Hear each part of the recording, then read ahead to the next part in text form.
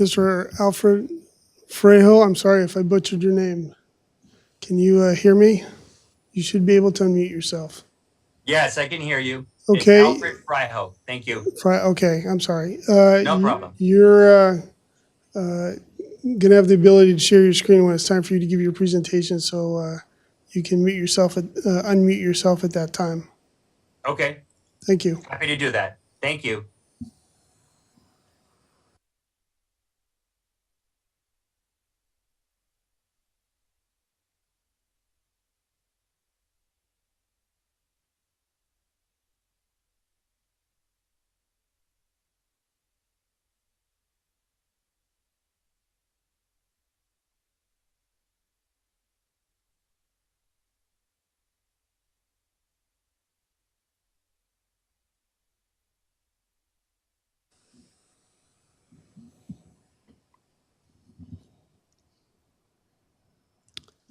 Where'd it go?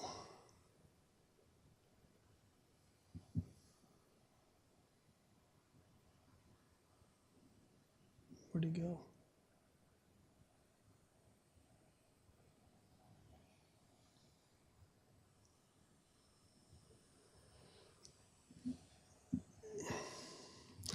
Hello, Mr. Aram. Good evening. Good, you can hear us. You should be able to unmute yourself when the time is for you to present and share your screen. Perfect. Thank you. Thank you.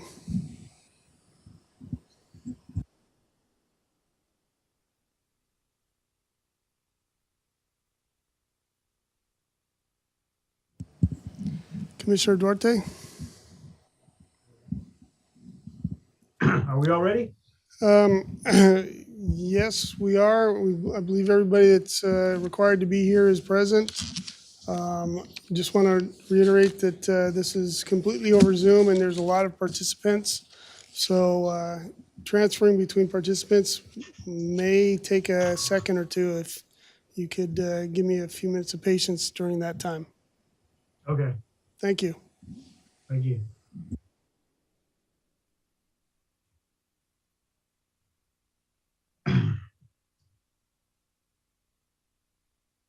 Okay. Good evening and welcome to the February 2nd, 2022 Planning Commission meeting. Please note this meeting is being attended by the Planning Commission and applicants via teleconference. We thank you for your patience as we navigate city business through this new meeting process. For the benefit of the public and as required by the Brown Act, all voting will be by roll call. I will now call Recording in progress. I will now call the meeting to order.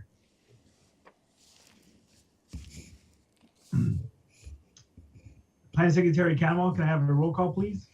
Yes, Chair. Commissioner Uva? Present. Commissioner Ortiz? Present. Commissioner Montoya? Present. Vice Chair Owens? Present. And Chair Duarte. Present. Okay.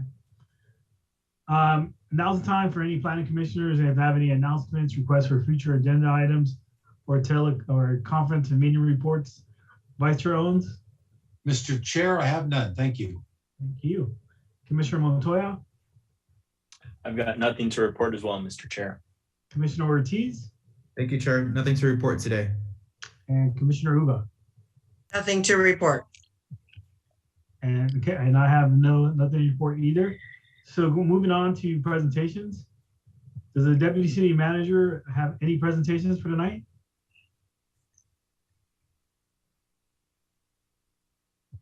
There are no presentations tonight. Thank you, Crystal. Are there any city council actions to report on, Crystal? Just one quick one. The Planning Commission at their meeting of January 19th heard a presentation on the SB9 ordinance that is going to be going to the City Council at their February 8th meeting.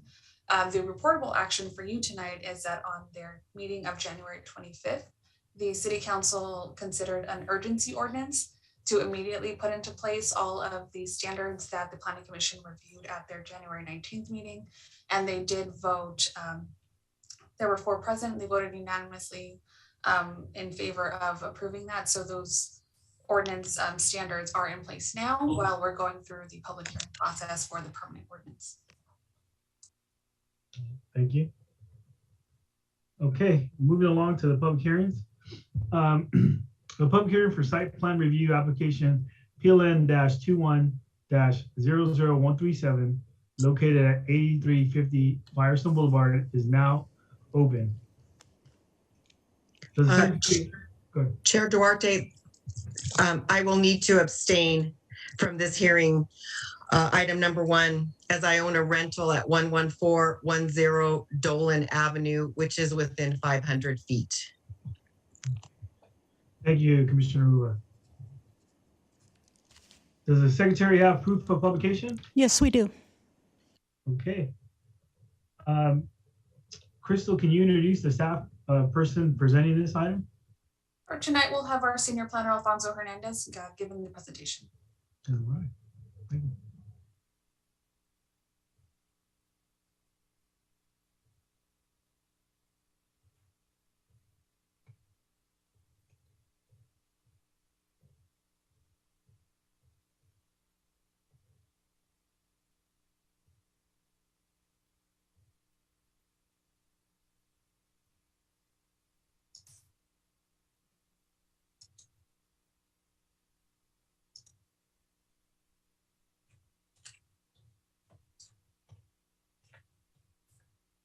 Good evening, Chairman Duarte and members of the Planning Commission. Tonight, you're being asked to consider a site plan review for the construction of a new restaurant building and a conditional use permit to allow live entertainment.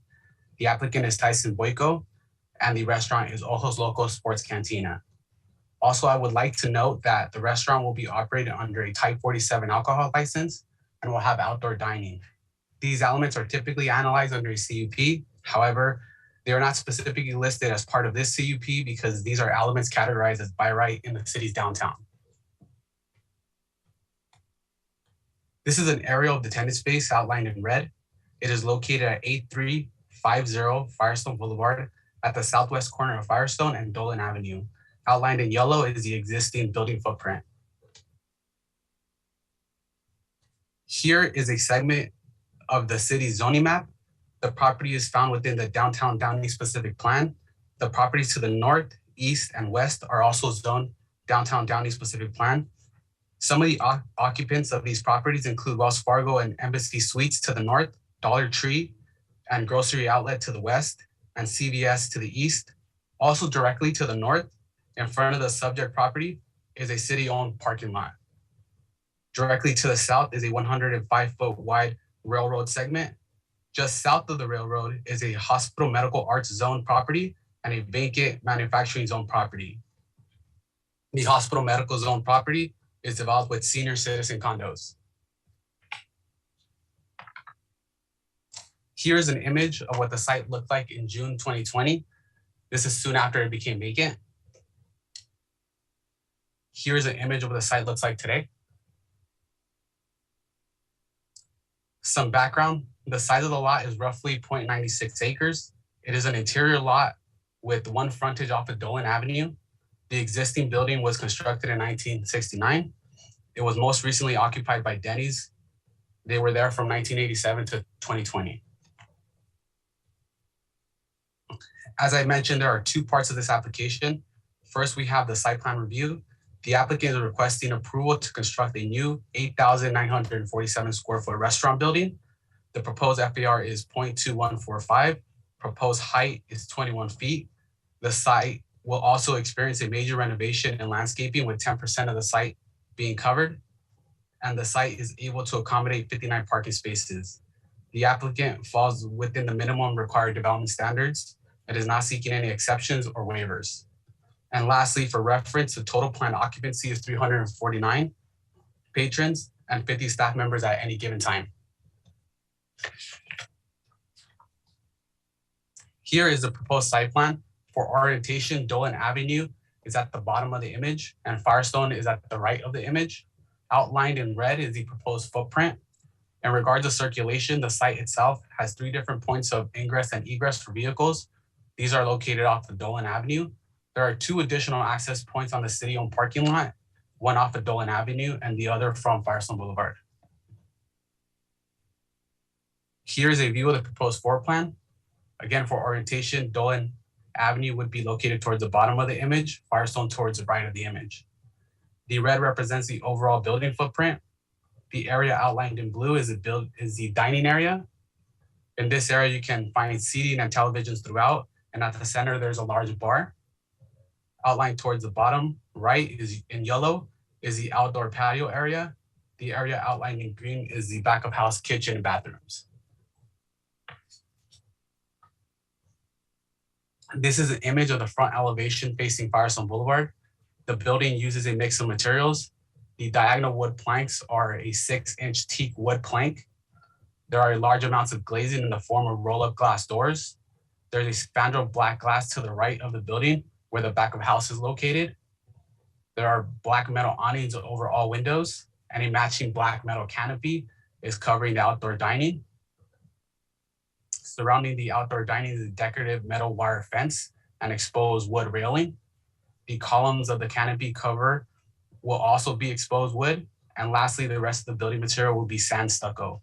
The color for the sand stucco is 2 separate tones of gray. Here's an image of the east elevation facing Dolan. Here are images of the south and west facing elevations. The image at the top is the south elevation facing the rear of the property and parking lot. The image at the bottom is the west elevation. Spandrel black windows are also positioned here as an architectural element to break up the large stucco wall. And here's a rendering of the building from Dolan Avenue.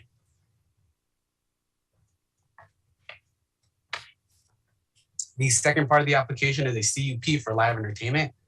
In addition to the restaurant use, the applicant also hopes to provide a DJ. No other form of live entertainment, such as live band or dancing, is proposed. When a DJ is provided, they will only be allowed on Thursdays, Fridays, and Saturdays between the hours of 6 p.m. and 1 a.m. and Sundays between the hours of 6 p.m. and 1:30 p.m. The normal hours of operation are Sunday through Wednesday, 11 a.m. to midnight, and Thursday through Saturday, 11 a.m. to 2 a.m. The application was reviewed by the city's Development Review Committee. Regarding safety, the police department conditioned a total of 4 security guards be present during peak hours. These hours are Thursdays, Fridays, and Saturdays between 6 p.m. and 2:30 a.m. and Sundays between the hours of 6 p.m. and 12:30 a.m. All other departments issue standard conditions of approval. In conclusion, it is staff's opinion that all findings can be made in a positive manner. And with that, I end my presentation. Thank you. Thank you very much for his presentation. Commissioner Ortiz, do you have any questions? Thank you so much for the presentation. Yes, Chair, I have a couple of questions I want to ask. The first question, for some context, I would like to understand how a business is vetted before they come in front of us. To my understanding, staff was not fully informed that Ojos Locos was more of an adult-oriented business until I brought up some issues. So just for some context, how do you guys get information about businesses? Well, I can jump in on that question. In general, the way that the planning process works is that what we're allowed to look at is land use. And that's what we bring to the Planning Commission, our land use items. That's the realm that planning works within. We don't typically, for something like this, reach out. If we reach out, then there's usually economic development that's involved. But when an application comes to the planning department, it's because there is a business who's interested in operating within the city. They tell us what they're planning to do, where they're planning to locate. We check zoning to see if that use is allowed in that location, if it's allowed by right, or if it's allowed through conditional approvals through an entitlement or something that we would bring before the Planning Commission. And then we begin working with them to review the project within the purview that we're allowed to. So again, with planning, the purview that we're allowed to is what the code allows us to look at. With this particular business, they're demolishing an existing building, building a new building. That's a site plan review. And so we're allowed to look at the site improvements and the building itself. With the conditional use permit, they're asking for a DJ. So that's the purview that we're looking at and analyzing. We're looking at the noise and anything associated with the live music and the DJ. And that's the scope of what we're able to look at when we get an application. Okay. And so which brings me to my next question. In regards to zoning, and maybe I can bring the city attorney into this, are there any zoning restrictions or any laws that prohibit an adult-oriented business to operate near schools and churches? From their social media platforms, it seems to me that it's very clear that what they're trying to advertise and publicize to their customers. So I can hand it off to Yvette, but if I can try to jump in on that first. Our code does specify adult-oriented businesses, and there are definitions as to what falls within that. This business doesn't fall within that category. It's very specific as to what that is. And there are parameters and different operating standards that apply to something like that. But this use itself falls under our land use category of a restaurant. And so that's how we had to process it. That's correct. Okay, so I somewhat disagree of how the image is not adult oriented, where their staff is literally wearing lingerie. Does city staff or police department have any concerns of the potential environment that this adult oriented restaurant or business, or however you guys want to label it, in such areas near schools, churches, Downey High School? You said there was, you mentioned earlier, there's a Dollar Tree, CVS, Wells Fargo, a senior citizen group condos around that area. So is there any concern from city staff or the police department? Sure. So we do have a representative from the police department who can chime in, but I did want to again initially address that. So if it was categorized as an adult-oriented business, which would be something along the lines of there's entry for a specific activity related to an adult-oriented business. But in this case, I believe what the concern from the commissioner is the uniform that the employees are wearing. And that's something that our zoning code does not regulate. We don't have anything currently within our municipal code that regulates employee attire or employee uniforms. So we did have to look at this as a restaurant use, and a restaurant use is allowed to operate in any commercial area, particularly within our downtown. It does allow for restaurants to operate with outdoor dining and with alcohol sales and in all of those amenities that go along with a typical restaurant in a downtown. And we did cooperate significantly with our police department in regard to any potential concerns, the way we do with any other restaurant that has alcohol or that has any other live entertainment. We did have to work with them and coordinate with regard to preparing a security plan, like you've seen with all of our other restaurants that have come into the downtown. But we do have somebody here if you had additional questions for our police department. Yes, please. I would appreciate that. I'll let whoever is here from the police department. Hi, this is Vince Rosario from the police department. Can you guys hear me? You guys can hear? Yes. Okay, thanks. So we did have some concerns based on, I looked at, so this is the first location, as I understand, in California. But they do have locations in Texas, New Mexico, and Arizona. So I called 5 agencies. I heard back from 2 of them. And the concerns were they've had shootings and stabbings at them at 2 of the locations that we heard from. They had outlaw motorcycle gangs at 2 of the locations that when they opened up, they went in there and they had a lot of problems with the outlaw motorcycle gangs. So those were the biggest concerns that we had. Okay, thank you. I also have a question in regards to the concept of downtown Downey. This is another question for city staff. Are you guys, what type of image are we trying to push for downtown Downey? Is this going to be a new norm where we're going to accept these type of businesses moving forward? As you heard, there's shootings going on, stabbings, motorcycle gangs. So, I mean, it raises a little concern, wouldn't you think?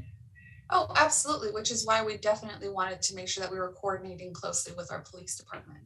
And that's why the security plan is such an important component of all of these businesses. So that's something that we do take a very close, very concerned look at with any new business that's coming in that has any kind of potential for increasing the calls for service, which is an increased demand on our police department, who has a lot of responsibility as it is. So that's why we look at the different conditions that are being applied to the different projects, whether it's this project or any other project. Those are things that staff does constantly keep an eye on and tries to take a look at. But again, our downtown specific plan was developed with the idea that we wanted to allow alcohol sales by right. We wanted to allow outdoor dining by right. Because we want these to be attractive areas. We want them to be lively areas. This does fall into that category. But again, we did partner with our police department. They reached out to other cities and other states to try to figure out what we should be concerned with. And as such, we've adopted conditions in there to provide security guards to make sure that we're safeguarding against that. And we do have an additional condition where additional modifications can be made to that security plan if our police department feels that it's necessary. Again, so that we're making sure if there is a certain element that's being created or if there is a bigger demand on our police department, that we're putting some of the responsibility and onus on the business itself by increasing the number of security guards if necessary. The business hasn't opened yet, so we don't have a threshold to set for it. So our police department right now feels that 4 security guards is sufficient. And if they determine that more are needed, then there's a provision to allow for that. Okay. If I can bring back the representative from the police department. Yes. Apologize. What was your name again? Lieutenant Vince Rosario. Thank you, Lieutenant. My other question, was that your, the security presence during those times, was that from your perspective, good times for the police department to be in? Those are generally the peak hours that we see at the alcohol establishments. So we request, they were the ones that volunteered the 4 security guards. We gave them a blank, kind of a blank security plan, and we asked them to fill it out. And there were different areas that they had to cover. And for the security, they added the 4. And we feel for now that it was sufficient based on what we were looking at and during those hours. Okay. It's the peak hours. It's basically all the time they have the DJ operating. That's when we're going to want the security there most of the time. Okay. Thank you, Lieutenant. Uh-huh. My other question is in regards to the live entertainment.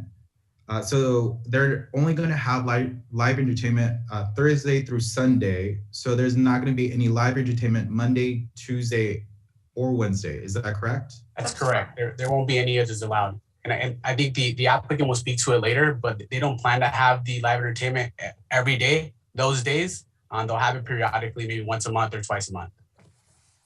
Right. But when they do have it, there has to be those times. Okay. So they're only going to have it a couple months, and there's no guarantee what months they will fall? They'd be allowed per the conditions to have it every Thursday, Friday, Saturday, and Sunday. It is their intention not to have it every week and for those days every week. But if they like to, they can have it every day every week for those days at those times. If you can help me out, can you go back to their operation hours? Yeah.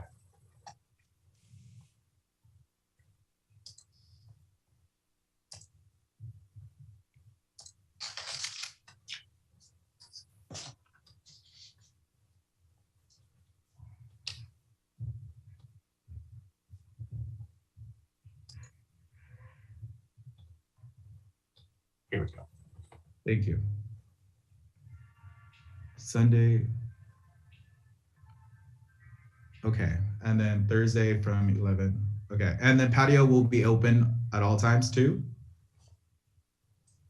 Yes, there's a provision in our conditions that say that the roll down doors have to be closed during live entertainment hours, but they can feel free to seat people out there. Sit people out there, okay. The DJ will be located inside at the entrance. Okay. Does city staff have any issues with signage that kind of reminiscent to billboards that you see in strip clubs or gentleman clubs? For example, the Bienvenidos Muchachos, which signifies welcome men. Sure. We do have concerns regarding signs. as part of this approval, you're not approving any signs. The signs will come at a different permit, and we'll have to follow the downtown regulations for signage. Okay. So is that just for display for today only, correct? Yes. Okay. I think that concludes some of my questions for right now. Thank you, Chair. Thank you, Commissioner Ortiz. Commissioner Montoya? Yes, I had a few questions as well. I guess they're more clarification. So please refresh my memory. So even if a site plan review is not approved, a business by right can still go about and operate on that site just without the physical changes to the building that they're requesting, correct? That's correct. And I think that Crystal might have touched up on this, that there currently isn't a way to regulate how businesses operate with regards to their employees' attire, but is it possible to establish a city code that would place parameters on what is allowable with regards to attire? This is a concern that was made to staff, and so we're currently researching. We're looking at what purview other cities have taken with something like this. We don't have anything in place at the moment, but it is something that we know the community is interested in, so we're researching. Okay, so just for my own clarification, it's not possible, or it is possible, or you're seeing if it is possible. Right, we're researching to see what potential possibilities there are. I see. Okay. I think that concludes my questions for now. Thank you, Mr. Chairman. Thank you, Commissioner Montoya. Vice Chair Owens. Thank you, Mr. Chair. Yes. So, Alfonso, if you could, I know we're in the early stages here. This is a site plan review as part of our the applicant's request, but what stopped me for the moment, and certainly the applicant can respond to this, is it looks like the occupancy count, including both a workforce and patrons, is in and around the 400 number if you add it up.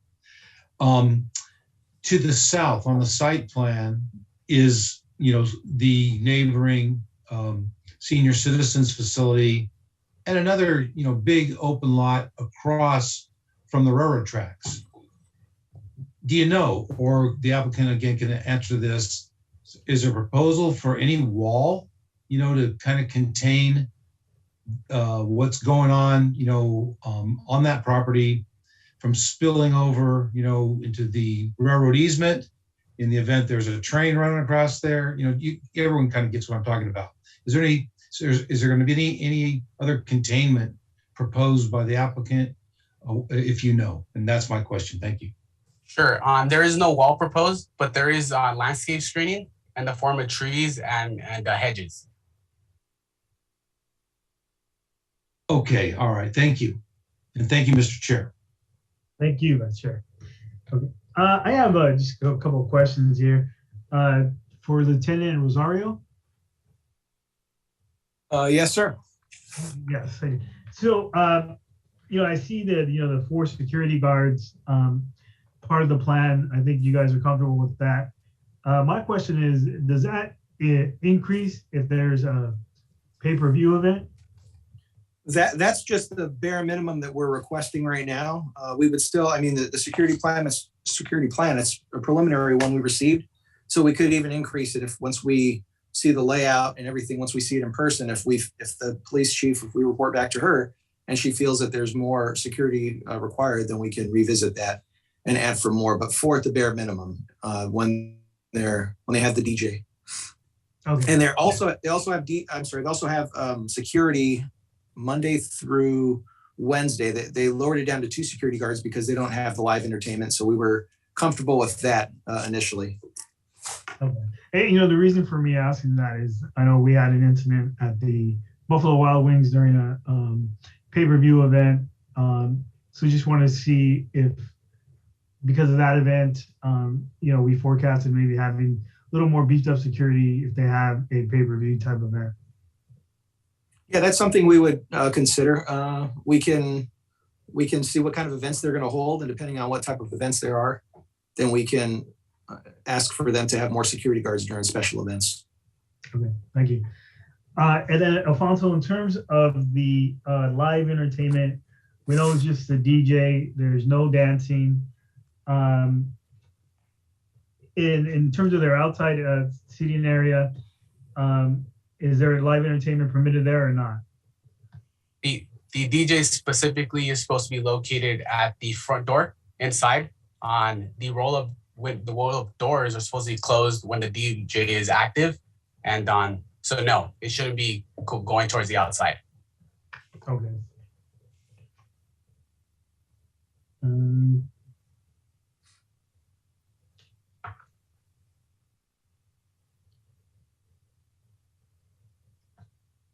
I think that concludes my questions. Thank you. Okay.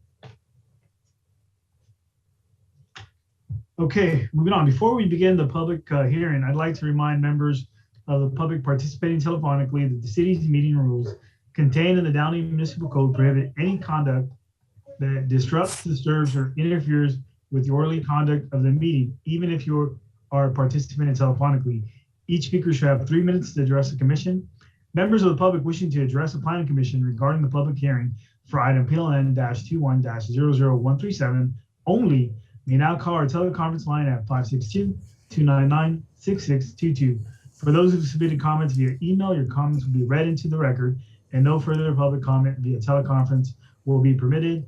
I will now open the public hearing and we'll start by inviting the applicant and his or her representatives to address the commission. Before I actually call the applicant, this would be any time for any planning commissioners to disclose any pre-hearing visits or pre-hearing discussions that the commissioners may have had about this project. Vice Chair Owens? None, Mr. Chair. Thank you. Commissioner Montoya? I have none as well, Mr. Chairman. And Commissioner Ortiz? I have none either. Thank you. And I have none. Okay, may the applicant and his or her representatives please provide us with any statements you'd like to hear, you'd like us to hear about the project. So I'll start by opening up to the applicant. Thank you, Chairman Duarte. Good evening, honorable commissioners. My name is Alfred Fraijo. I am a land use attorney representing the applicant. We're really delighted to be with you tonight. We have a formal presentation to make. I anticipate it taking about 6 minutes of your time. Is that appropriate? Yes. Terrific. And we also would be happy to expand on some of the responses to the questions from the commissioners, which we find very appropriate and very interested in continuing our dialogue. I want to start off by thanking your this body for your service to the city of Downey. We appreciate the opportunity to work with staff. We have spent many months working with planning staff to bring us to tonight's hearing. And so we're really gratified for that and the attention that's been given to us in regards to our request. Ojos Locos is very excited to be opening a restaurant in Downey. Since its founding in 2010, the company has successfully expanded to 18 locations across 3 states, Texas, Arizona, and New Mexico. It selected Downey as its first location in California because of the city's great legacy for business innovation and because of the potential growth in the downtown entertainment district as set forth in the approved specific plan for the area. Ojos Locos believes the restaurant will support the ongoing renaissance of downtown Downey as a vibrant and regional commercial destination. The existing structure at the site operated continuously as a Denny's until early last year. Since then, as you may know, the structure has been the subject of vandalism and continued degradation. The applicant has already taken steps to secure the site and started cleaning up the property at a significant expense. It also recently remediated the existing asbestos inside the structure. The applicant does propose to demolish the existing building and construct a new structure with a modern design that we believe exceed the standards in the current downtown design guidelines. Our team has worked closely with planning on the design and materials used for the new building. The result is a use of the highest quality finishes that ensure consistency with the newest commercial structures in the area. The additions to the building include modern reclaimed wood on the outside and columns in the patio to provide a larger canopy and other building elements. The Ojos Locos design team also adjusted the shape of the roof to create a modern, appealing look. And you saw some of the images from Alfonso tonight. We anticipate through the opening of the restaurant, the creation of approximately 120 full-time and part-time jobs. It is important to emphasize that this restaurant is consistent with the underlying zoning, as was mentioned by staff, consistent with the land use requirements in the city of Downey, and consistent with the objectives of the downtown specific plan. I would like to briefly highlight the project's consistency with the downtown plan. The first objective in the downtown plan is to establish downtown Downey as a diverse area with a variety of activities to support and entertain all the age groups. The restaurant itself will be open to all families and all age groups, and plans to activate a current vacant restaurant space and enhance the dining experience by providing music through the DJ in conjunction with food and beverage to help and again support downtown Downey as a destination for food and entertainment. Not only will it include a new structure with the modern design, but the project also includes over 4,200 square feet of upgraded landscaping in an otherwise pretty vacant and barren site. The second objective in the specific plan is to promote downtown Downey as an engine for job creation. As I mentioned previously, the restaurant anticipates generating 120 new jobs for the community, and we expect additional jobs to create it as a result of the construction and the companies that are going to be serving the restaurant longer term. Additionally, as was noted by planning staff, the restaurant is located within the Firestone Boulevard Gateway District. We believe that this is a perfect location and the project will help promote downtown as an employment destination. Finally, the design of the project is intended to promote and be consistent with the surrounding residential neighborhoods by concentrating, as a plan allows, for the commercial growth in this downtown district. The restaurant use is permitted by right, and it replaces a former restaurant. We believe that the new design and Ojos Locos investment in the neighborhood will be supportive of the current beautification as well as the long-term growth of the area. We would note that the nearest residential structure is over 280 feet away, and the conditions of approval that were recommended by staff adequately address both noise and light attenuation. And as was mentioned by staff, the signage itself will be consistent with the requirements in Downey. Finally, I would like to emphasize that we are before you for two limited requests. The first is an approval to remodel the facade of the building. The requirements for site plan review are pretty broad. If you're making any changes to the facade of a building, you are automatically required to go through site plan review, as was indicated by staff. And then the second request is for the use of a DJ. Pursuant to the Downey Code, site plan review is required for any business that's proposing exterior modifications. Our project, of course, consists of the demolition of the building, but we believe that that demolition results in a far superior design and a more appealing building for the commercial corridor in the area. The applicant certainly had the option of utilizing the existing building and completing tenant improvements by opening the restaurant by right. We spent a lot of time working with staff to determine what would be the best approach for this site and what would be the most appropriate approach to support the beautification of this site. And ultimately, Ojos Locos decided to invest significant time in both design and processing to upgrade the building. Second, the request is for a conditional use permit, as was mentioned previously by staff. And this is because the live entertainment provisions in the code also include the use of a DJ at any restaurant. But we believe that the approval of the CUP for the use of a DJ will enhance the dining experience for the patrons at Ojos Locos restaurant. We are confident that through that range of amenities and food and music, we'll be able to not only activate the downtown area, but create an attractive destination for residents of Downey. The environmental review process for the application was also robust, and we support the findings from staff that the project qualifies for a environmental class 32 exemption. Namely, the reason for that is that the proposed build out of the project is consistent with the general plan of the municipal code.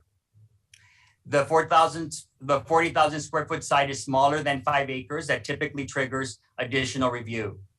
And of course, the utilities and public services would adequately service the proposed project in that it replaces an existing restaurant use at the site. I would like to finalize my remarks by stating that, again, we appreciate the attention that staff has given to the project. We believed at the very beginning of embarking on this site plan review process in CUP that it was the right thing to do to create the best experience for Downey residents at Ojos Locos. Thank you very much for your time. Thank you.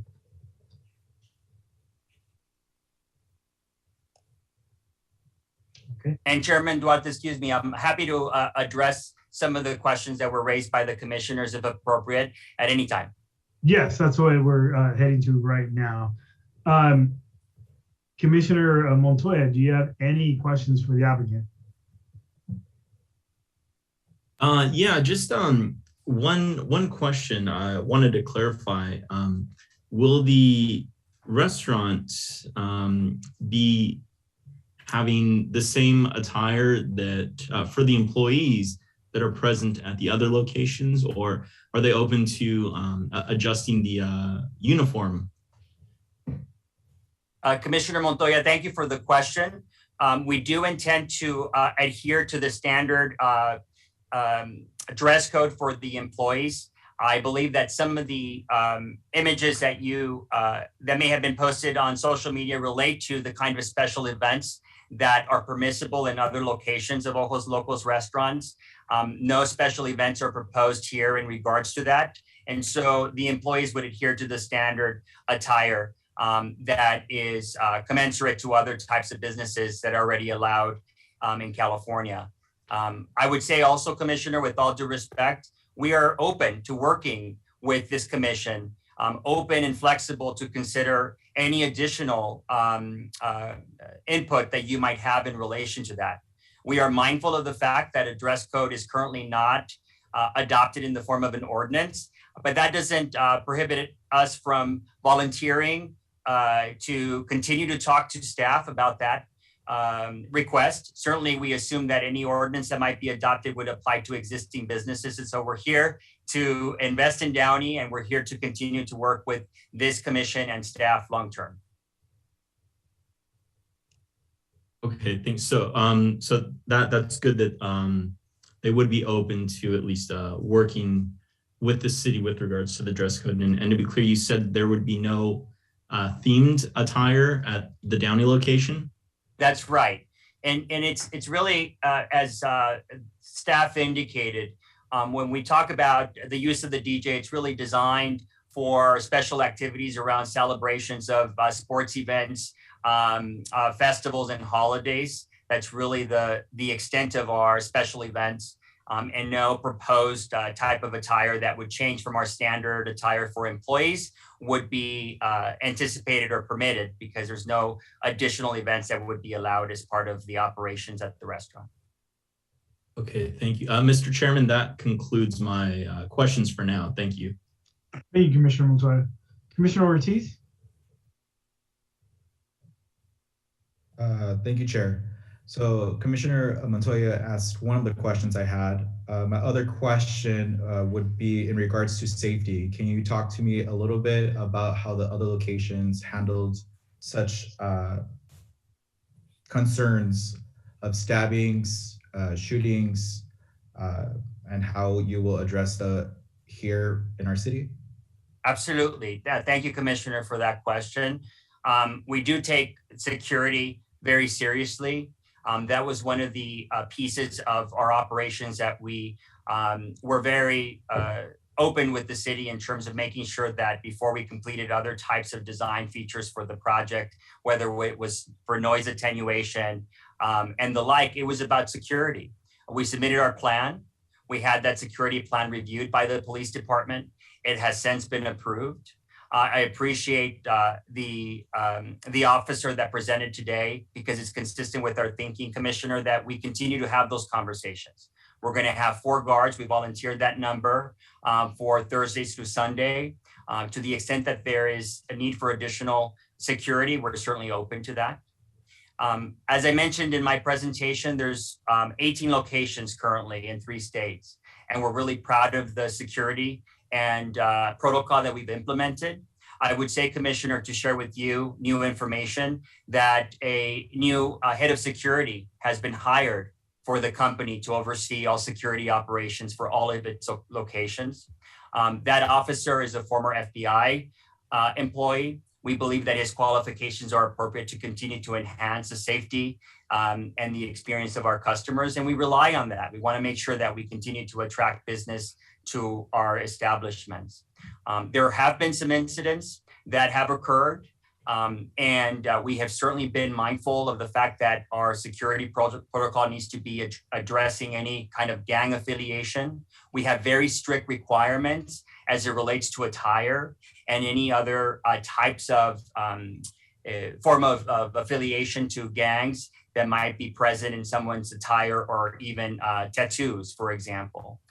We have our operations team here, Commissioner, that are available to answer any questions you might have. But we feel like we've taken significant steps to ensure that this continues to be what we're requesting, which is a restaurant service with food and beverage, and also with the sale of alcohol. The restaurant, fortunately, was just recently approved for a license 47 type of alcohol license by the ABC. And as you know, Commissioner, that is comes with very strict requirements around security and protocol for the restaurant. And again, we're happy to adhere to those as well and open to your feedback. What's the any location that you have? Which one is the highest or how many security do you have? How many security at most do you have? So the most security is what we're proposing here, which is 4 security guards at our restaurants. That's the highest you have? Yes. Okay. That concludes some of my questioning I have. Thank you, Chair. Thank you, Commissioner Ortiz. Vice Chair Owens. Sure. Thank you. Thank you, Mr. Fryo, for answering our questions. So I asked about closing up the south end, the block wall, as a mitigation factor, for any potential nuisance complaint into the future. I know you want to avoid all those. It's going to cost some money. What's your response to that? So Commissioner Owens, thank you for that question. We did consider the location of the senior residence in close proximity. Again, that's about 300 feet away. As Alfonso mentioned, we want to make sure that whenever the DJ is at the site, that the roll-up doors are closed, that music is only amplified in the interior of the building and not the exterior of the building. We think that the landscape we proposed also helps with preventing the noise attenuation to that property. But Commissioner, we're also open to any additional conditions that you might think appropriate. We certainly did consider the creation of a wall, a masonry wall that could be installed. We haven't looked at the costing for that. And also how that might comply with the design guidelines that apply to the downtown area. But that's certainly something that we would be willing to consider if it's the interest of this commission. Great, thank you for that consideration. Yeah, I may offer some language or ask staff to develop some language to work with, this situation, with the proper design, the proper material, and if can be, mitigate the cost, but ultimately, prevent the nuisance, from being a nuisance, right? Or any potential nuisance.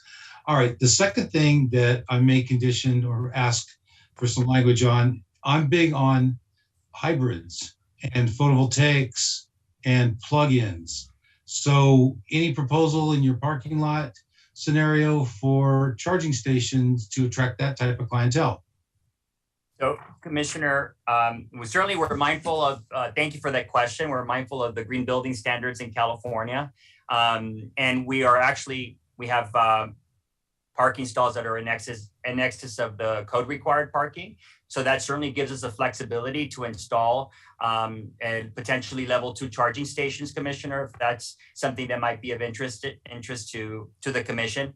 And we welcome the opportunity to be leading that effort in terms of sustainability and green building. So open to that as well. All right, thank you very much. And thank you, Mr. Chair. That concludes my questions. Thank you, Vice Chair Owens. I just have a couple just follow-up questions. One, in terms of the actual live entertainment DJ CUP that you're requesting here today, I know you said you have 18 other locations. Is this CUP entertainment, the entertainment CUP here, is it consistent to your other locations, or is it a little more far-reaching or scaled back? Commissioner, Chairman Duarte, it is consistent. The DJ experience is consistent with all our other locations, but I would say that the majority of those locations have a greater, more generous number of days that the DJ could operate. We work with staff on that issue. We understand that the preference of the city is to have that limitation as it relates to the days that DJs can be allowed, and we're comfortable with that. Okay. And I know you kind of stated this a couple of times, and I think you guys are flexible on a couple of these items. In terms of the any pay-per-view events, in terms of maybe beefing up security on those days, if we once you start up and operating, is that something that you guys would be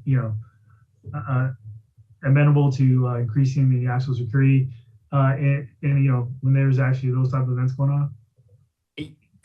Chairman Duarte, yes, we're open to that. As the officer mentioned, our security plan is something that is a living document. We can continue to update that and consult with the police department as necessary. As I mentioned previously, our experience with our other 18 establishments indicate that we're well equipped to handle those types of events for security guards. And we're also mindful of the fact that we want to create a family environment, and having too much security changes the dynamic of a restaurant experience. So we want to be balanced in the way that we approach it, but we want to continue that conversation. So to the extent that, as was mentioned, you want to be more explicit in terms of our ongoing coordination with the police department, we're happy to do that. Thank you. And that concludes my questions. Okay, Secretary Kavanaugh, may I have the first speaker on the phone?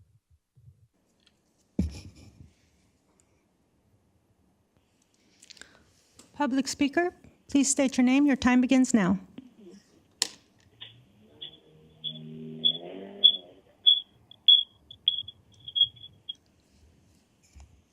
Are you there? I guess we lost the call. Do you have any other speakers?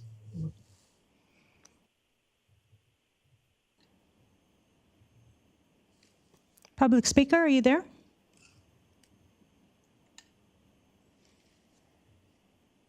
Hello?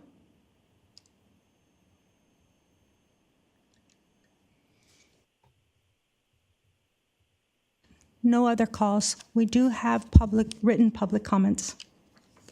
Okay, Secretary Kavanaugh, may you please read that into the record?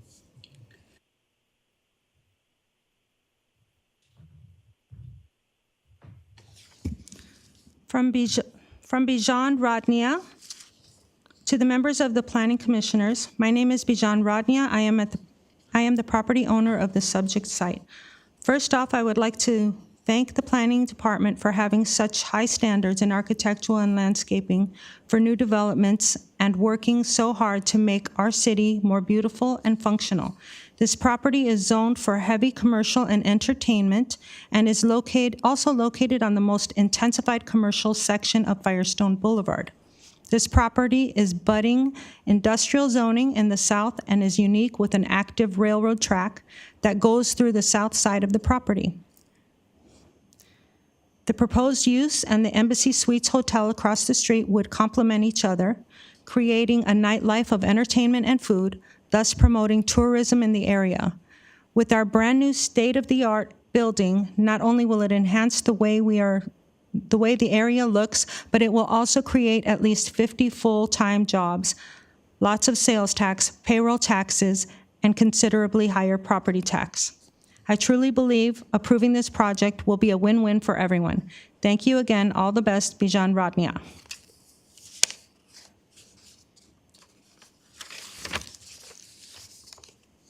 Okay, the next public comment is from Luz Gonzalez. My name is Luz Gonzalez and reside at Regent Terrace Senior Center. Our building is over the tracks behind CVS, 320 feet from the proposed new restaurant. Most of the residents are opposing to have a sports bar with loud music so near to our residents.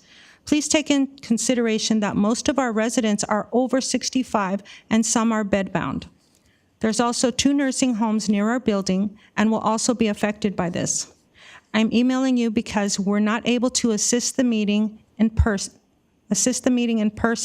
and 90% of our residents do not own a computer or know how to use teleconference. I would like to attend the meeting but could not find the number or link on the website.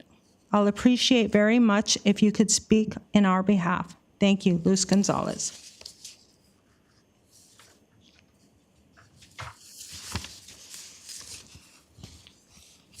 From Roxana Abergel. I live close by this property and would really benefit from it becoming a restaurant. As a new mother, I need the work more than ever, and this would be a great job opportunity for me to be able to work with more flexible hours. I'm looking forward to the job opportunities this restaurant will bring to our community. Thank you.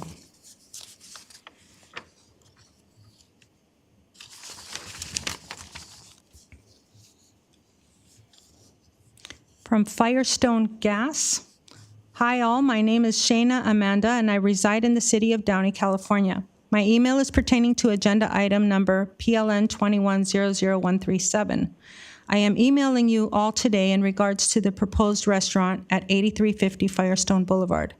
The past 2 years, the city has been dead with many closures due to the pandemic. I personally have suffered not only socially, but also economically. This restaurant will open up not only nightlife for me and my friends, but many jobs for us as well. I am hoping you will approve this project and many more similar to it in the future. Thank you, Shayna Amanda.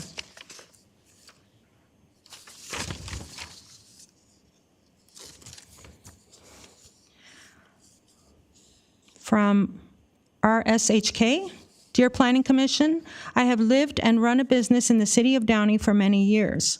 I am emailing you today in regards to PLN 2100137.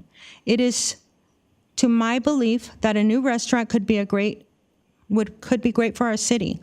Opening new businesses such as this one not only benefits the city of Downey, but also specifically the neighboring businesses around them. A restaurant like this would attract more people and jobs, which would bring more traffic to our local businesses. With many business closures due to COVID-19, it is important to get our businesses up and running again with the help of a larger business drawing in customers. With that being said, I would like to support this plan to move forward. Sincerely, Roy Zahabian. And that concludes the public comments. Okay, thank you. Does the applicant care for any rebuttal time?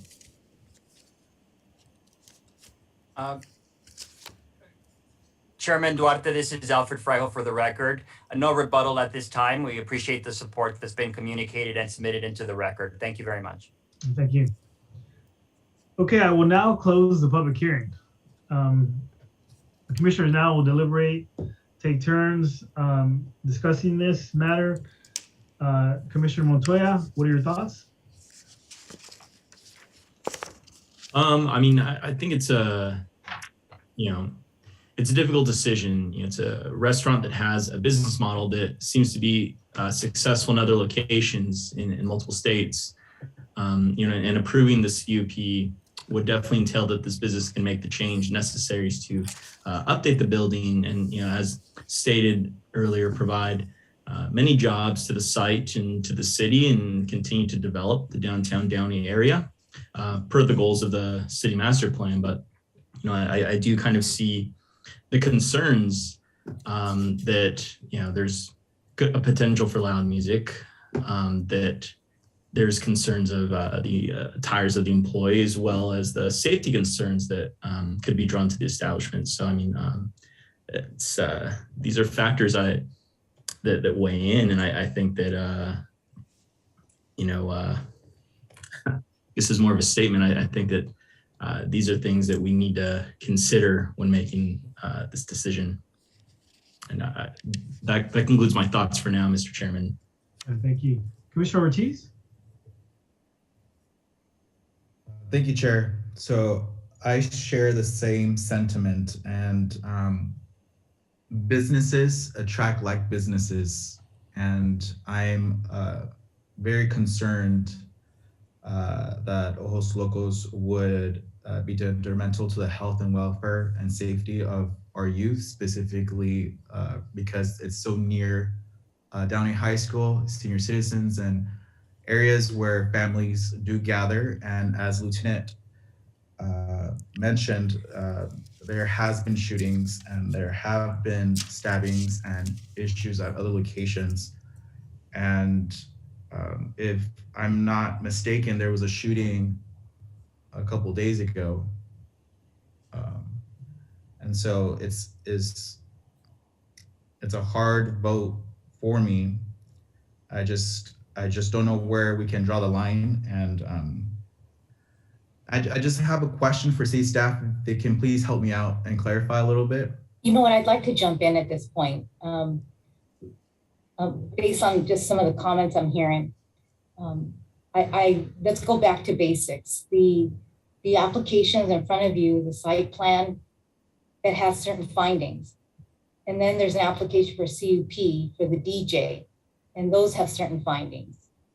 And in order to deny those applications, you have to find that at least one of those findings for each of those applications is not met. The employee attire, putting aside what the applicant has said about considering some language to the conditions, the employee attire is outside the purview of the Planning Commission. We don't have any regulations, and in fact, staff and I have decided to take that issue and look at it from a legislative standpoint, from a municipal code amendment standpoint, and take that on a separate track. So the employee attire is outside the purview. Now, granted, the applicant can volunteer some language to the conditions on attire, but if not, it is outside your purview. So what I'm telling the Planning Commission is you need to focus on the findings in order to base your decision as to whether you should approve or deny. If there are additional conditions that would address some of your concerns, that's always something I always encourage the Planning Commission to look at before you say no to an application. So if on public safety, you think the DJ is going to create noise, you think the DJ is going to create some public safety issues, then let's have perhaps police department, Crystal, we can look at some additional conditions so that you can overcome any denial. So that's always another option for you before you decide you want to deny. See if there's any conditions that, in addition to what's already in the conditions of approval, that you want them to add that would help in addressing some of the concerns you've addressed. I appreciate that. So that's, I guess, I was gonna ask questions in regards to that to help me narrow down what I can do. Yeah. So I am not comfortable yet, based on what some of the findings were, to allow live entertainment in Ojos Locos in its entirety. And so I would see what my commissioners would say to that to begin with. Also would like to see we can add some language that says that there's no special events, because what the applicant did mention is that it's only that those events that they have that specific attire. So maybe we can put in there a condition that doesn't allow any form of special events.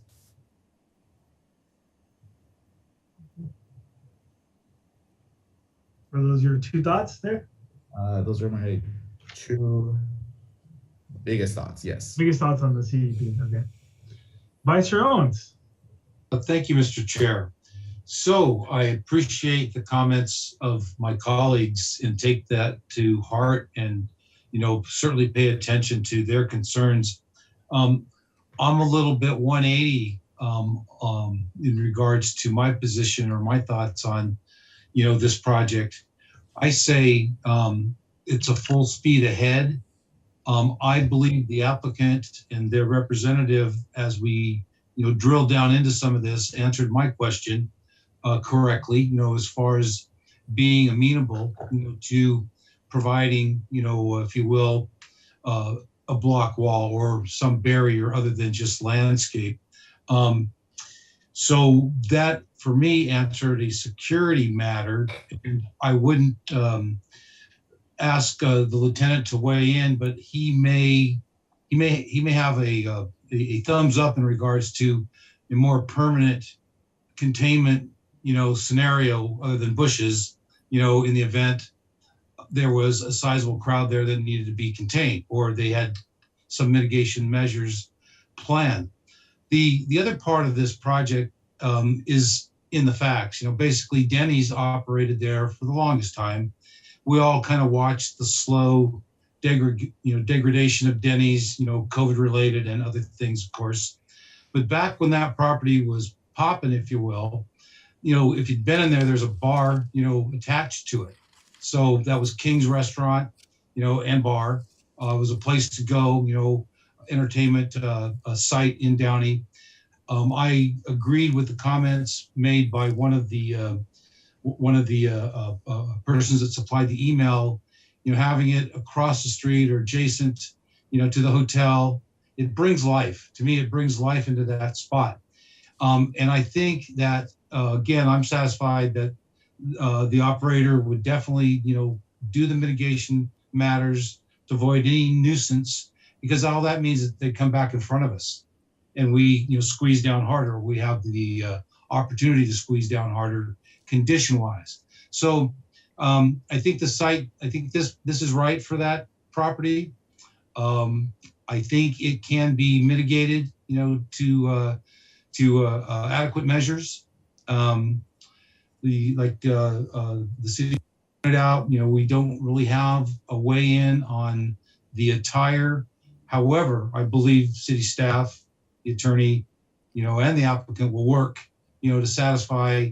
They need this to succeed. They don't want it to fail. So I believe they will work, in that direction to make this, a great outcome for their business and for our city. And I'm kind of excited that they chose us. I don't know how much outreach we did, how much courting, maybe a whole lot, but I'm also thinking maybe they looked at Downey and said, these people are trending, this has been advertised, better than others, and, decided to take a shot with us. So anyhow, those are my comments, Mr. Chair. Thank you very much.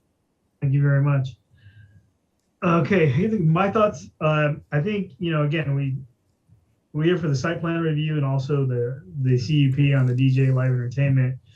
When I look at live entertainment CUPs, I think what really moves the needle for me or not is the dancing, right? I think dancing creates more noise and also potential for, safety concerns. Here being that it's regulated only to 4 days out of the week, and as heard by the applicant, that's not going to actually be every day. My concerns are alleviated in that sense. Part of the other thing is, again, the noise. There's across the railroad tracks. We heard from somebody in the community. There's senior centers there. So, I look at the CUP. They always have to have the doors closed and keep the DJ inside. There's no DJ in the outside eating area, no live entertainment, no pay-per-views. So that alleviates a lot of my concerns with that. In terms of also with Lieutenant Rosario when he spoke, hats off to him for reaching out to other locations, across state lines. There's 18 locations. He spoke to 2 out of 5 locations. He said that I guess he get a hold of, which is not too much. I know he said there were stabbing, shootings, and bike gang activity, but what I didn't hear from him is how is that relative to the actual area there, and what was actual, in terms of propensity. I mean, was it every day? Because if we look at our crime rates, if you look at crime rate Downey or about a year and a half ago, I think we had the numbers for the local downtown Downey. There's going to be issues, right? So just by saying, hey, there's stabbing, shootings, or a bike gang, it's kind of a little vague in that sense. Because if I apply the same standards to other businesses in downtown, one which is actually the actual Embassy Suites, then at that point, I think there'd be issues everywhere. So, what I really look at is, and I appreciate the police being here in terms of their security plan. You said it was a kind of blank. It was filled in by the applicant. As of now, the police seem to be satisfied with the plan that's in place. But definitely if things change, and I always look at the Buffalo Wild Wings example of a pay-per-view that got out of hand. I mean, it's to the applicant benefit for not only their business, but just kind of like Vice Chair Owen said, if it's starting to create a nuisance, then they'll be back here, and we could definitely talk about different restrictions on the CUP. But again, just like I know Mr. Schindler's not here today, the old saying that has been ingrained in my head is, we try to treat everybody here, as, it's, not treat them, guilty, before the process starts in anything in terms of, giving them a chance and not, again, having the guilty before innocent type thing. So, I think that was valid concern. I'm glad to see the police were here. So I don't really have any concern with the DJ for those days and those hours in form of safety. And right now, in terms of actual, noise. But I think for one thing, I think the landscaping is good. It's the only tough thing in terms of and I think Vice Chair Owens mentioned the wall is that right now we don't know if it's needed or not. It's definitely something that so that's one thing I'd be willing to discuss with the commissioners. Do we want to kind of ask for that at this stage? In terms of not even knowing whether it would what's in place is sufficient or not, or if there'd be an issue. That's something I think I'd be open to discussing. But those are kind of my thoughts. We did talk about the applicant did say there's no special events planned as of now. I'll leave that to the city to kind of govern if there's any ordinance in the future. But again, and maybe my law background, if we started implementing things, first we can't if it's outside our scope. But the other concern is, if it's arbitrary, are you kind of, picking on one applicant as opposed to maybe another business?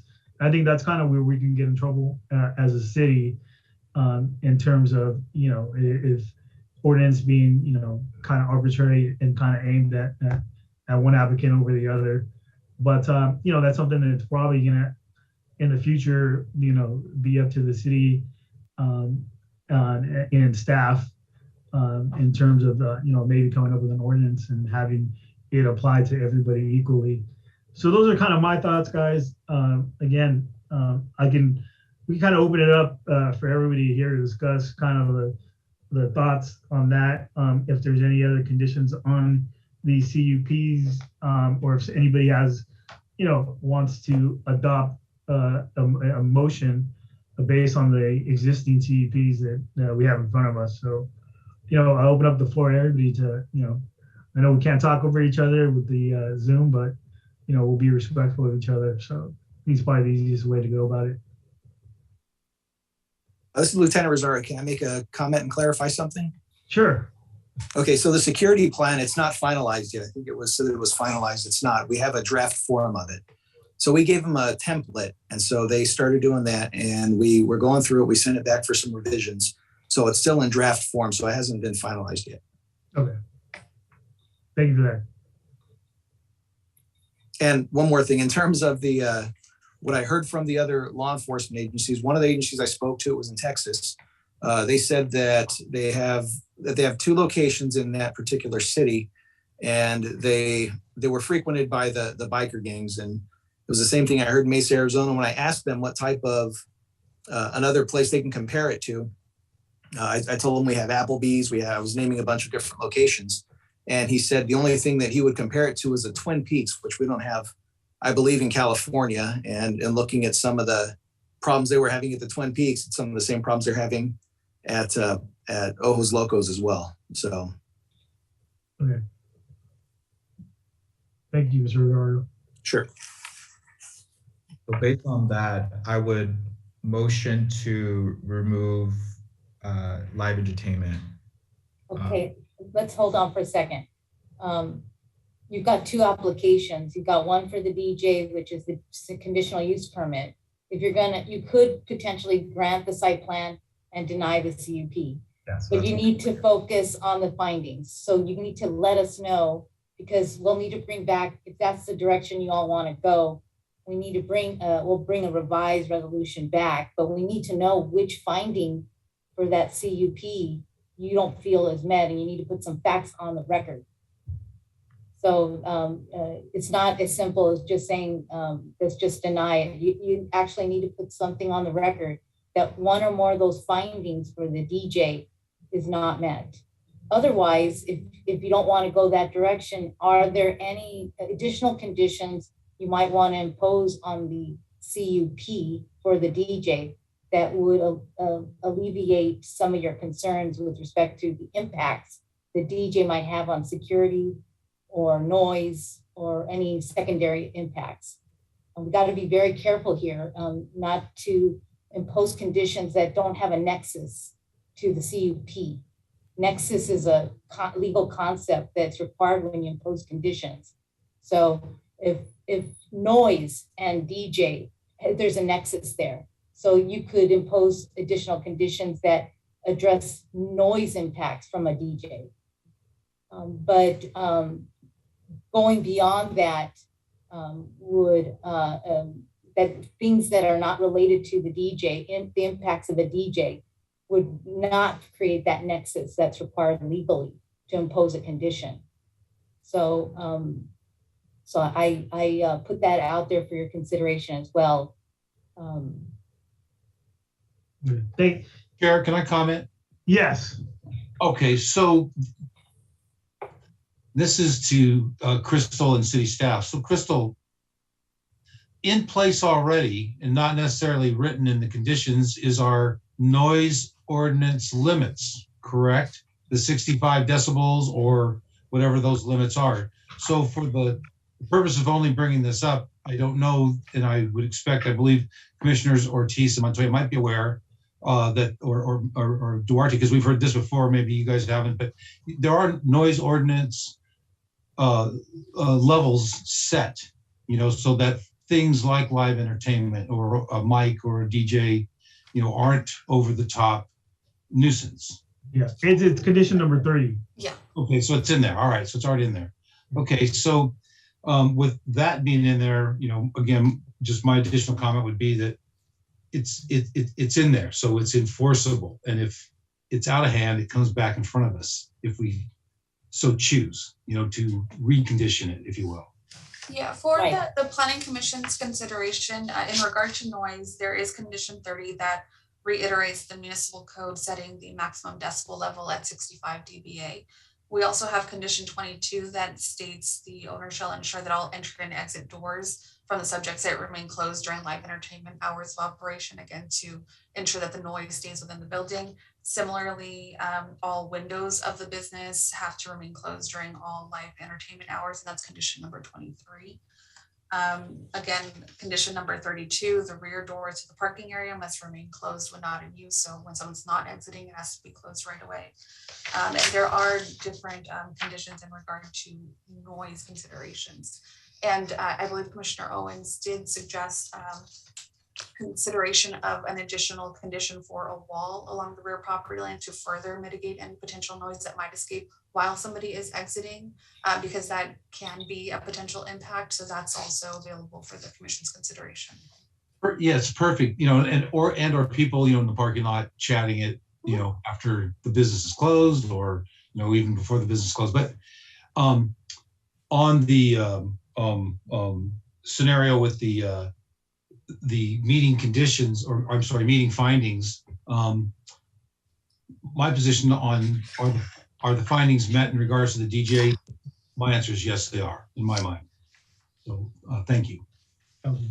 So I think just kind of streamline it is, I think for the site plan review, I haven't heard anything in terms of, maybe being in disagreement with that. I think it's just more of the CUP with entertainment. So we can kind of just maybe focus on that. I think one thing that, I did see the conditions, 23, 30, 22, and I think Vice Chair Owens kind of mentioned the, nuisance that's created by people just hanging out in the parking lot and stuff like that. I know that's a condition we've had before. I don't, unless I missed it, I don't know if I see that there.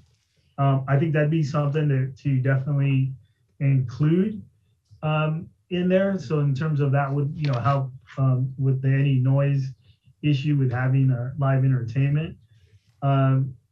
That's the only condition I see that maybe is not there to kind of address any concerns. But again, I'm also in favor of live entertainment. I don't think it's inconsistent with other restaurants in the downtown specific plan. I think that's kind of one thing that I, if we're looking at this, it is part of the Downey specific plan. And I think other restaurants there do have that form of entertainment, and actually a little more. So I, with that, for me, all plans of the entertainment TEP with the DJ, I think the findings are met there. And again, the only thing I would add is just in terms of, not people hanging out in the parking lot, after hours, during hours, and creating, noise outside of the facility. Crystal, I thought I saw some loitering language in the conditions. Yeah, I'm looking through it. It's typical language that we do include to prevent loitering or nuisances from developing at the site. So yeah, I know it's typical. I just, maybe I oversaw it. I just. Yeah, let me see if I can find that number. 24. Oh. On the subject site, yeah, maybe beef that up a little bit. Yeah. That one says the owner applicant should not permit any loitering on the subject site. And yes, we can beef it up if you'd like. Yeah, just a little bit more stringent. That's kind of, on the subject site. So yeah, maybe we can maybe address that, and that would alleviate, I think my concerns. But I don't want to speak for everybody else. So guys, just kind of like, again, we went over, is there anybody else want to add to any of this discussion?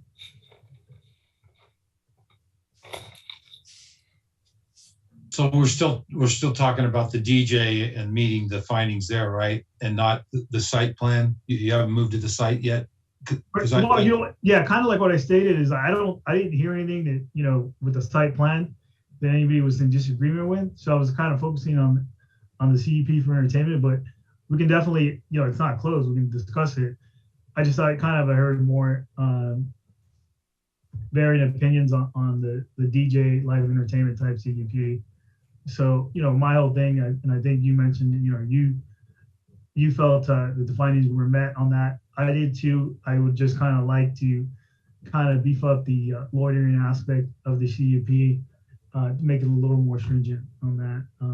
But those would be my thoughts on that part. But again, if you want to discuss the site plan review or any other issues, that's fine. You know, feel free. This is our time, guys. Yeah, we'll eventually get to a motion, but I'm curious as to if Commissioners Ortiz or Montoya have any additional thoughts or comments on the meeting the conditions in regards to the DJ. Yeah, I have issues with the site plan review. I'm still a little lost with the library entertainment. So you have issues with both the live entertainment, just the live entertainment? Just the library entertainment. Just the CUP. It's a CUP. Yeah, the CUP. So Not the site plan. Not the site plan. Okay. The site plan we're. Okay. Is there any conditions that would make you comfortable with the CUP for the live entertainment? Like I said, my proposal was just to, you know, maybe beef up condition number 24. But if you had any other thoughts on that, just let us know.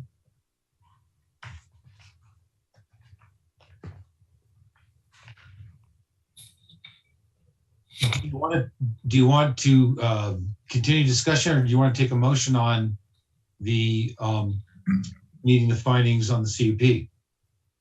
You know what? I think we're close to the motion. I just wanted to give Commissioner Ortiz and Montoya one last time to maybe, you know, if they had any last thoughts, and then I think we can go to a motion. On the CUP, item 55 gives the police chief the discretion to increase or decrease security guards. So they're proposing 4, but if things change, the chief of police can always modify that. Thank you, Yvette. Just on her own. Yeah, and that's one of the things I wasn't concerned about, just because of you know, that and what we heard from the applicant and Lieutenant Rosario. But you know, again, I don't know if I interrupted you, Commissioner Montoya. Is that you? Yeah, that's good. But you could finish. No, that's fine. Oh, no, I was just going to say, with regards to the site plan, I have no additional provisions to add, as well with the CUP. So I would probably just like to ask maybe Crystal, if there's any language for the condition number 24, maybe proposed language we could hear prior to making a motion on this? Sure. So condition 24 would be revised to read, the owner applicant shall not permit any loitering on the subject site. The business owner is responsible for ensuring that the site does not become a nuisance by generating noise or an excessive number of calls for service. Okay, and I'd like to continue the conversation about another mitigating measure like a wall of some sort for noise abatement, and as well add, you know, charging station for hybrid cars or you know, battery cars complete. So does staff have anywhere in the current conditions where that language might be inserted? I'm looking at 21 because it says so little, it could say more. I don't know, you guys. So in regard to the electrical vehicle charging stations, we have a potential condition. I just needed additional direction as to, is there a specific number of stalls that should be dedicated to that? And was there a particular location behind the building, I would assume? I'm going to say, you know, for the most part, they're generally around the handicap identified spots. And then the applicant talked about in excess of the requirement. So if we were 3 over what was required or 2 over, hopefully not 15 over, right? I don't think you need 15 charging stations, but if you had 1 or 2, I would leave that up to staff to work with the applicant in regards to what that is. Okay. Then staff does have 2 potential conditions to add into the resolution for the Planning Commission's consideration. In regard to the EV stations, the condition would read a minimum of 2 electric vehicle charging stations must be installed on the subject site, subject to city planner approval. And the second condition for consideration reads a 7-foot high block wall must be installed along the rear property line and designed to complement the building architecture. I think that's simply stated. I like the language. Thank you. Chairman Duarte, may I address? I saw. I'm sorry, Mr. I saw your hand up. The matter's been closed, and this is just deliberation. If we open it up, I will give you time to actually respond to something. But I did close the hearing on this. So comments, basically, just deliberating right now. If we had to open this up, I would, definitely invite you to add, some input. But as right now, we have closed the hearing. Thank you, Chairman. Chairman, I might, once you're finished with your discussion, I might recommend that once we've gotten all the additional conditions vetted out, that we reopen and allow the applicant's representative to let us know his thoughts about those added conditions. Okay. Before you can close it and then take your motion. Okay. Yeah. So right now, what I'm hearing is there's no disagreement in terms of approval of the site plan review. There's been discussion on the CUP for the live entertainment. I think, or actually with the site plan review, I'm sorry, Mr. Owens, in terms of the EV station and the wall. And then in terms of the entertainment, just the condition I spoke about in 24, which has the new proposed language. So is that kind of where we're at, guys, in terms of adding those 3 conditions before we're ready to take a vote? Yeah, I think that's where we're at. I agree. That's where we're at. Okay. So, now that we've added 3 conditions, I think it would be appropriate to open this hearing back up and hear from the applicant. There's 3 additional conditions and see if they're willing to accept those conditions that we deliberated on. So now's the time for the applicant. If you want to address any of those 3 conditions, if you would accept them or issues with them, let us know. Thank you, Chairman. Alfred Freihoff for the record. The 3 conditions, as I understand them, are acceptable.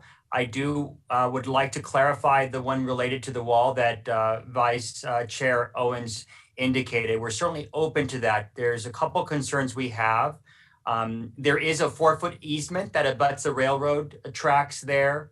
And so we want to work with staff to make sure that we address the type of wall that would be appropriate for the railroad in that perimeter of our property. And so we would respectfully request a slight modification to that condition to allow us to work with staff to identify the appropriate wall type and distance from the property line that would address the concern.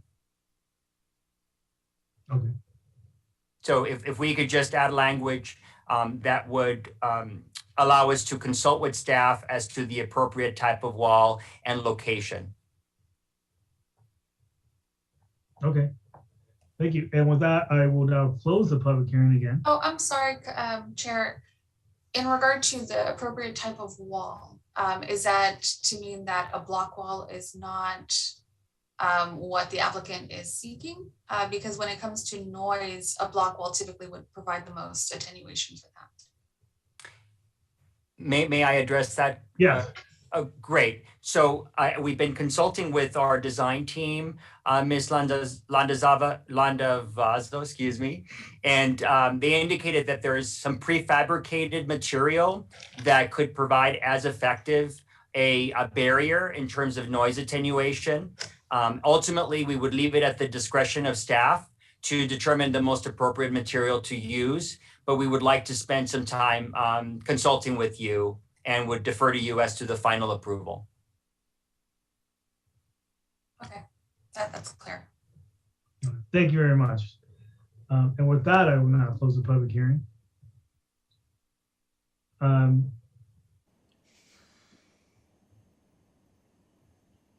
Crystal, do we have any proposed language for that issue with the wall?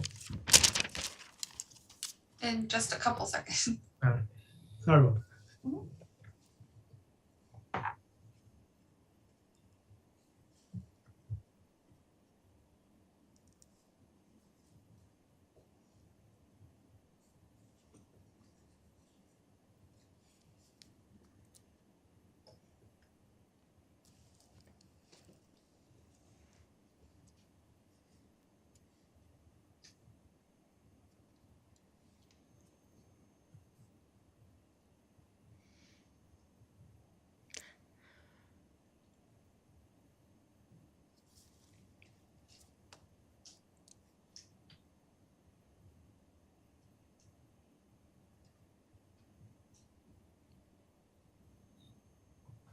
Okay. The proposed language would read, a 7-foot high wall must be installed along the south property line. Wall is subject to city planner approval and must both complement the new building and provide appropriate sound attenuation. You know, and Crystal, one thing the 7-foot wall, is that just standard? Would it be lower or higher in terms of? 7 foot is the maximum height that would be allowed in that area. Okay. So would it be up to 7 foot then for the language? Would that be more appropriate or? I would recommend a minimum of 6 feet, as high as 7 feet. Okay. Okay. All right, guys. You've heard we discussed this, deliberated, heard the 3 proposed changes to this. I don't know if anybody needs to discuss this anymore. If you can, if you do feel like it, you know, you're more than welcome. Or if we have a motion, at my point. Yeah, just. Oh, go ahead, Mr. Ortiz. Just for clarification, Yvette, can you help me out here, please? Yes, yes. I'm trying to figure this out. For the live entertainment, thought that having a DJ in general, I know that Chair Duarte said that because there's no dancing, he feels safe, but in my instance, having live entertainment to start might create a safety and be detrimental to the welfare of our city. Is that not a reason for me to say I don't want it or I don't agree with it? Yeah, this is what's going to happen is if there's a motion to approve the application and adopt the resolution with the amendments to the conditions, you are within your right to vote no because you didn't find that one or more of the CUP findings were met based on the reason you just gave. Okay, I just want to make sure. Okay. Yeah. Okay, that's my reason. Okay, no. Thank you. Do we have a motion to adopt the resolution with the 3 amendments? I'm sorry, Mr. Chair, if I can. Staff does periodically look through our conditions and tries to do some cleanup. As part of that, I did want to clean up some of the language on condition 7. That's one of our standard conditions. It's going to read the same. However, at the very end, it'll read, unless otherwise expressly specified, all other requirements of the City of Downey Municipal Code shall apply as they exist now and in the future. So we're adding the last few language. In the future, as applied now and in the future. Yes. Okay.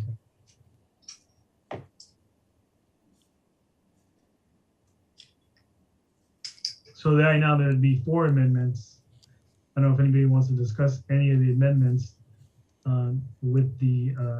Mr. Chair, I'll make a motion. I really quickly, I wanted to discuss, I'm sorry. No, go ahead. Please go ahead, Art. Crystal, with regards to what you just said, the amendment to 7, all requirements of the Downey Municipal Code now and in the future, because we don't have anything now codified about regulating dress code.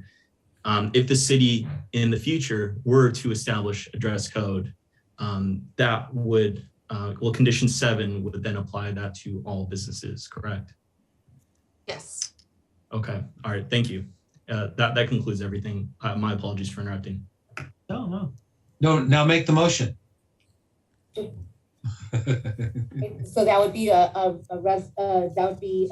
approved PLN 21000137 and adopt the resolution for the site plan and the conditional use permit, and with the 4 amendments to the conditions of approval. That would be the motion. Yes, that's correct. So Commissioner Owens has made the motion. Do we have a second?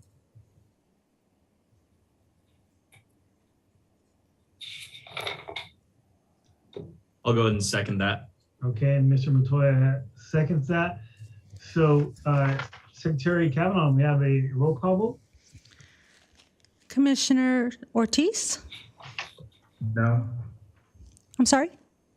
No. Okay. Commissioner Montoya? Aye. Vice Chair Owens? Aye. And Chair Duarte? Aye. Okay, and the motion passes with Commissioner Ortiz, Commissioner Ortiz voting no, and Commissioner Uva abstaining, with 3 in favor, 1 abstention and 1 no, to approve PLN 21000137 for a site plan review and conditional use permit. Okay. Thank you to the applicant, and congratulations. Now we'll be moving on to the non-agenda public comment section. Maybe anybody, Commissioner Uva, can rejoin us. Come back in, yes, okay.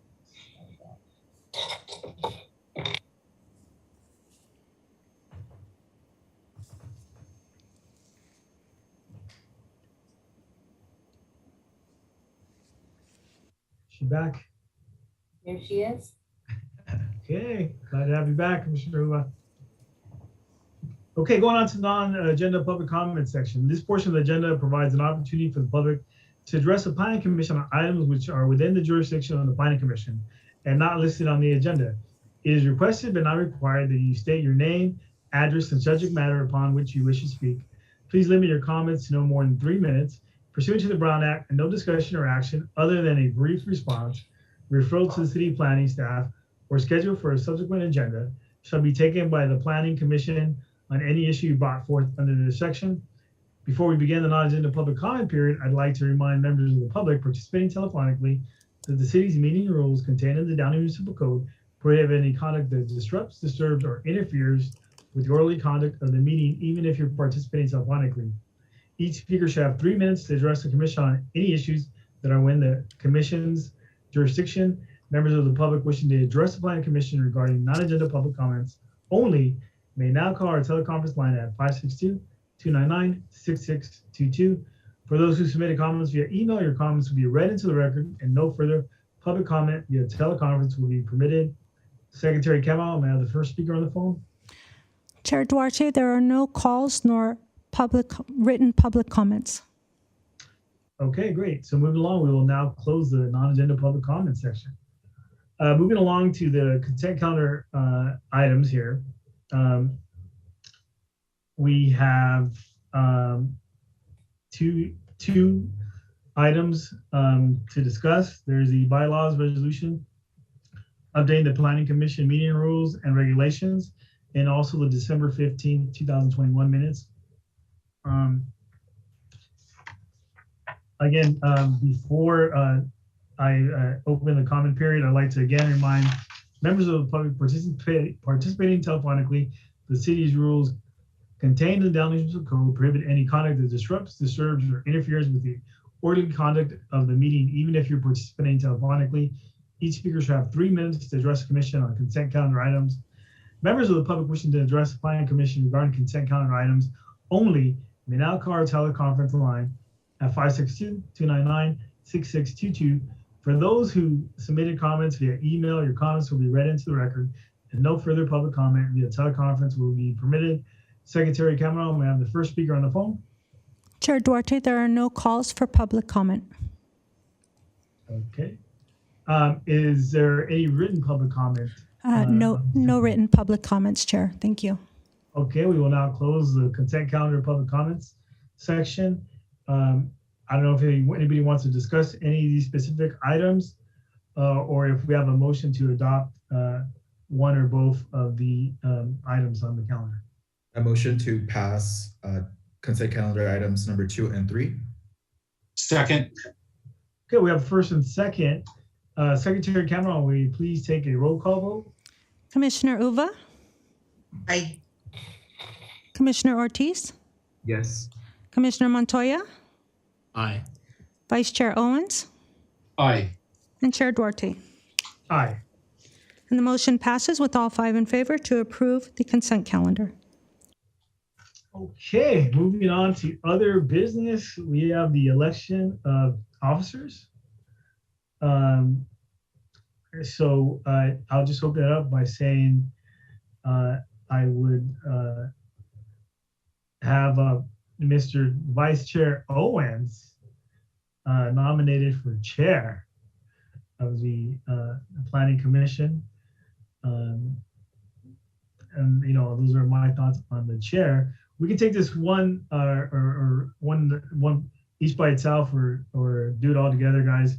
If you have any other thoughts, so anybody want to chime in? I gladly second that motion. All right, so I'll accept it. It's as tradition normally goes, so there's nothing that will stop their tradition with this commission. Okay, so I will accept. Thank you.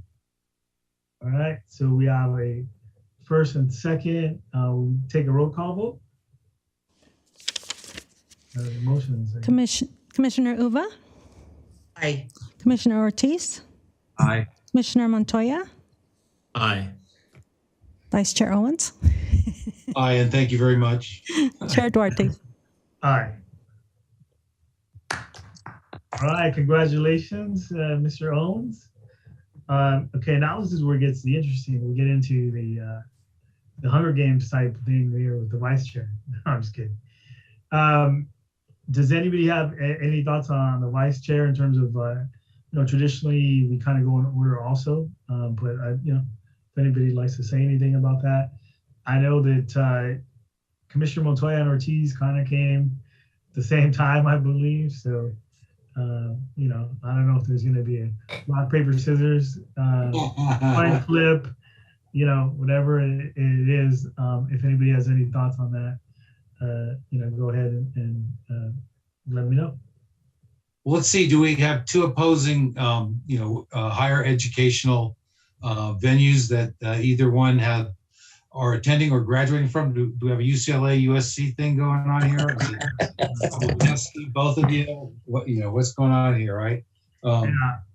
Well, you know, yeah. I don't know. I don't think we have that, but the UCLA person would win, and the second choice would be second choice.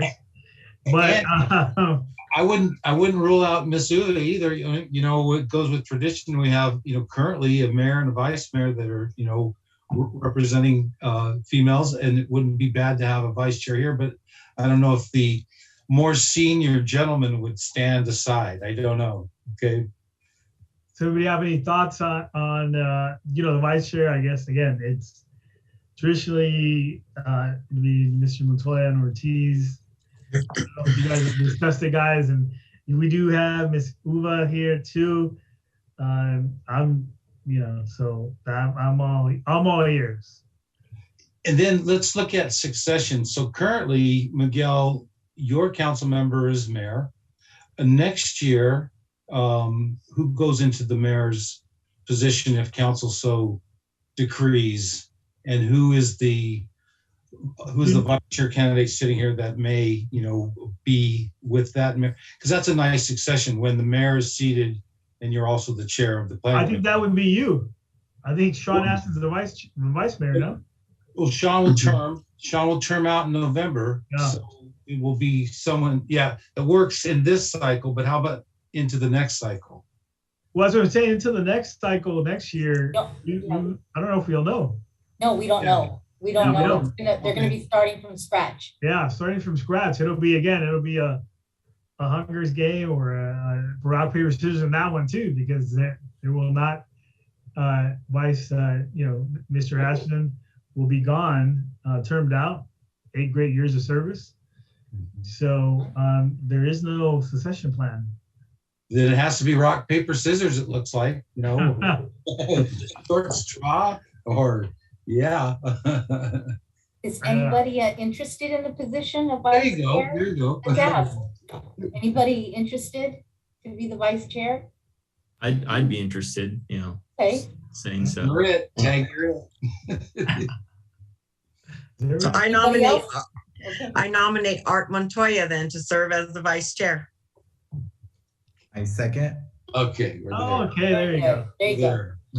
All right, so we have a motion by Commissioner Uba and a second by Commissioner Ortiz. Mary will take a roll call vote, please. Okay, could we ask for public comment? Public comment on the other business? Yeah. Okay. Is there any public comment, Secretary Kavanaugh? No public comments, phones or emails. Very good. All right, so then can we have the roll call vote? Commissioner Uva, Aye. Commissioner Ortiz, Aye. Commissioner Montoya, Aye. Vice Chair Owens, Aye. and Chair Duarte. Aye. And the motion passes to elect Commissioner Montoya as Vice Chair with all 5 in favor. Okay, great. Congratulations to you two. Now moving on to staff member comments. There are no comments tonight. Okay, so I will adjourn this meeting at 8:20 p.m. Thank you very much. Thank you all. Good Thank night. you. Good night, everyone. Good night. Bye. Thank you. Have a good night. You as well. Recording stopped.